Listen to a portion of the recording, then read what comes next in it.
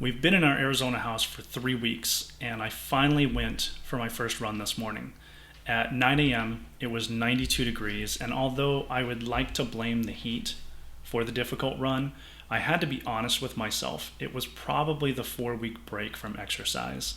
While the cross country move and getting resettled in a new house in a new city are valid reasons for not exercising, I had plenty of opportunities to knock out some push ups or run a few miles. There really was no excuse, which leads me to the topic of behaviors and habits.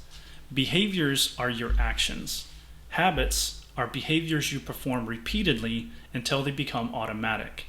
Habits become your life routines. The more you behave a specific way, the more it becomes ingrained in your subconscious. You now have to think less about it in order to repeat it. Your five senses provide much more information than your brain can effectively process, store, and recall.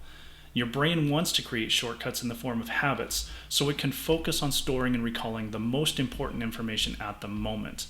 How often do you think about breathing or how to walk? These are very productive habits, shortcuts that your mind takes so that you only have to think about them when they're challenged. Common habits are smoking, exercise, bedtime, warm morning routines.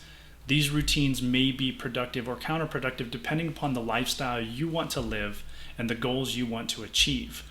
But how many of you consider your thinking patterns as habits?